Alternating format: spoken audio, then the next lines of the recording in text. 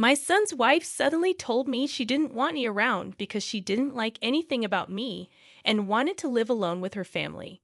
Those words hit me hard, reminding me of when I had to leave my own parents' home. Anger surged within me at the idea of being pushed out again. I decided to leave, gathering my things. That was it. I vowed never to forgive her. It was time to act on my plan. My name is Sandra Clark, and I'm turning 61 this year. Although I'm technically retired, I'm still fortunate enough to have a job. I don't go to the office every day. Instead, I work mostly from home. My oldest son seems to think I've stopped working altogether. I became a widow in my 40s. I currently live with my oldest son and his wife in our old family home, which has a large property. Despite its issues, I really love the place, which made the idea of moving out quite tough. Financially, I've never had much trouble. Most of the insurance payout from my late husband remains untouched, providing a worry-free lifestyle for my twilight years. However, despite this seemingly carefree life, I do have concerns, mainly revolving around my oldest son's wife, Jessica. She has a strong personality and frequently clashes with me, a dynamic that began when she first announced her intention to marry my son.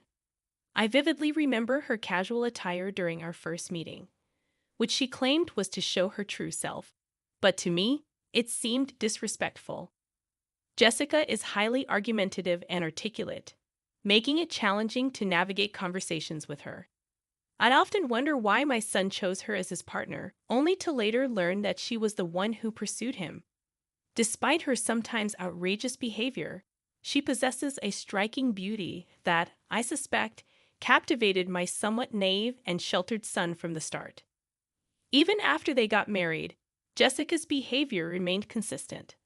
To put it kindly, she's not pretentious, but to be frank, she often seems to lack common sense in her actions. I strongly considered opposing their marriage, but I reminded myself that it was what my son wanted, so I kept my patience. However, the outcome of their marriage has led to the situation we're facing now. Initially, my son insisted that we continue living together in our family home after the wedding. I had expected Jessica to object, but surprisingly, she was also in favor of it. It soon became evident why she agreed. Despite being a full-time housewife, Jessica never contributed to household chores. She left everything, cleaning, laundry, meal preparation, solely to me. What's more, she quit her job at the time of the marriage, while I continued to work remotely, leaving me with less free time than her. When I'm working at my computer, Jessica often makes belittling comments, suggesting that I'm just goofing off. Initially, I laughed it off to avoid arguments, but it started to bother me over time. Once, when Jessica was lounging and watching TV, I asked her if she could help with the cleaning. Instead of agreeing or politely declining, she made a disgusted face, sighed dramatically, and explained that she doesn't do housework for my sake. According to her unique theory, if she did the chores, it would deprive me of my only job, which she believes would lead to a sedentary lifestyle and potential health issues like dementia due to lack of stimulation. In simpler terms, Jessica's illogical reasoning of not doing any housework herself, claiming it's for my benefit, was incredibly frustrating.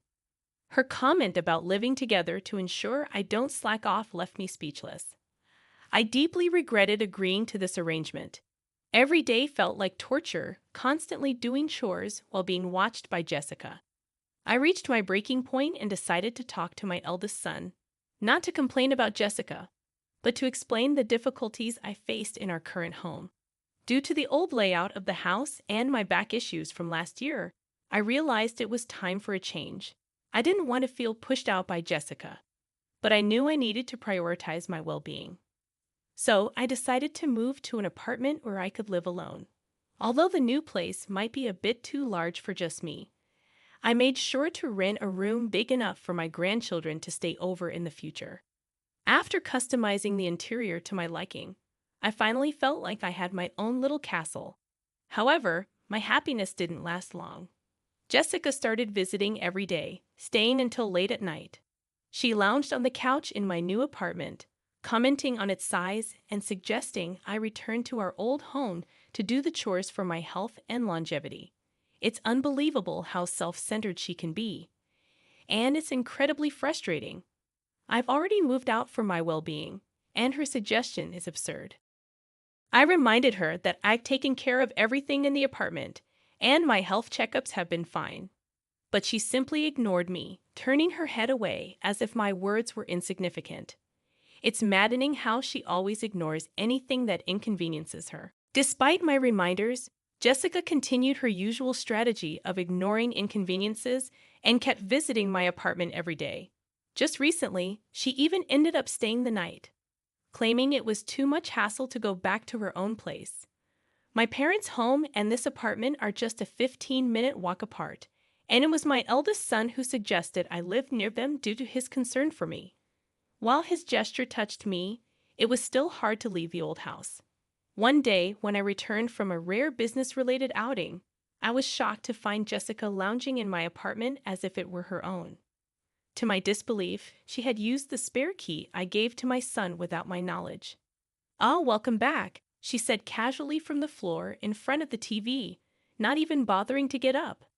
I felt uneasy realizing she had been in my apartment without my consent or knowledge. While I was away, I finally stood up to Jessica sternly, a departure from my usual quick-to-forgive demeanor. She seemed surprised, as she was used to my usual anger dissipating quickly. When she called me a stingy mother-in-law and started yelling, I held my ground. She insisted I leave the apartment, claiming it wasn't fair for me to live there while they stayed in the old house. She seemed to think my son James was paying the rent, which explained her frequent visits. In her mind, the apartment should have been for her family, so I agreed to leave within 3 days. Jessica demanded I call a moving company in front of her to prove my intentions. I immediately arranged for movers to come in 2 days, satisfying her. As she left, satisfied with her victory, I began formulating a plan. I moved out as promised, settling into a senior apartment for a trial period of 2 weeks. I handed over the keys and lease documents to Jessica, asking for a contract change through the real estate agent, who was accommodating due to our long-standing relationship. Meanwhile, my eldest son was furious with Jessica for kicking me out, even considering divorce, but she seemed indifferent. Surprisingly, Jessica decided to live alone in my apartment, declaring her independence. I marveled at her audacity. However, in 5 days, Jessica would learn the truth.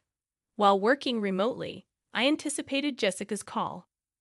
I had a recorder ready to capture our conversation. When she called, I deliberately stayed calm, irritating her further. She complained about the rent, assuming James was supposed to pay it. When my son corrected her and urged her to call me, it became clear she didn't know the truth. In reality, I had been financially supporting James since retiring. I continued working at the company as a consultant while also providing industry advice as an advisor, earning a good salary. With my experience, I made more money than my eldest son. Secretly, I'd been helping him financially because Jessica's spending habits put him in a tough spot. Jessica thought my son was paying the rent for the apartment, but it was actually me. When I clarified this to her, she seemed shocked. After our call, I shared the recorded conversation with my son, who was worn out from dealing with Jessica's debts. He agreed to divorce her. I laid out a plan for him. Take a few days off work, discreetly move his important stuff out of the apartment without Jessica noticing, and find a new place to live. Over the next few days, my son followed the plan. He moved his belongings quietly, ensuring Jessica didn't suspect anything. He sent her belongings to her parents' house and put their house up for sale, leaving it empty. When Jessica called in a panic, I calmly handled her questions. It turned out she couldn't afford the rent on her own, so I had to leave. I decided to talk to James about the situation. When I returned home, I found chains and a padlock on the gate, along with a for sale sign. Jessica was almost hysterical when she arrived. I calmly told her that I had already finalized a sales contract with a realtor, and we couldn't access the house anymore. I took the opportunity to address a few things that had been bothering me. Firstly, I made it clear that I was no longer her mother-in-law Yesterday, James had filed for divorce, something she had signed off on a while ago. It seemed threatening divorce was a habit of hers, but my son had finally seen through it and submitted the papers. I reminded Jessica that she had always said she could divorce James anytime. Now it had happened. On the phone, I sensed Jessica's frustration as she struggled to respond. She vented her anger, cursing me and blaming her marriage to my son on the inheritance left by my late husband. She claimed I controlled all the money, leaving her with nothing to show for it. I let James listen to her tirade, planning to use the recording as evidence in a divorce settlement. After her outburst, Jessica broke down, begging for help. She revealed that her parents had disowned her due to her reckless spending and borrowing habits. She pleaded with me to assist her, admitting that something had felt off at the wedding, a realization that finally clicked for me. It was strange from the start, Jessica having nowhere to go after the fallout. While I felt a twinge of sympathy, I saw it as a consequence of her actions. Apologies wouldn't change things. We were strangers now, with nothing left to discuss. I wished her luck and ended the call, feeling a sense of relief afterward. However, Jessica's troubles didn't end there. She caused quite a commotion at my son's workplace, leading to the police being called.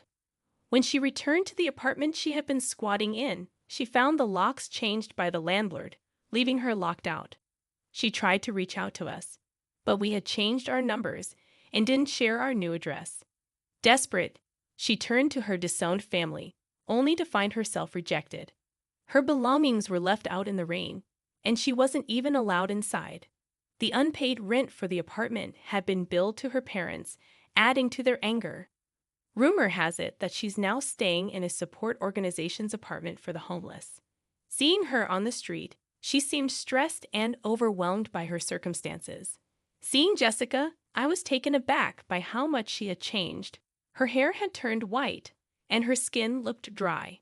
She seemed like a different person altogether. It made me realize the profound impact living conditions can have on someone. Meanwhile, I started a new chapter in the house I purchased with my late husband's inheritance. It's a duplex, so my son has the option to remarry whenever he wants. He joins me for dinner, but otherwise, he takes care of his own affairs. This level of distance feels just right. The money from selling my parents' home is saved for future needs. I plan to use it to support my son and his future wife, and of course, to spoil any future grandchildren. I've even been thinking of creating the English garden I've always dreamed of in my new home. On days when I don't work, I find solace in the garden, tending to the young trees and herbs. This new life, filled with hope, has become my daily routine.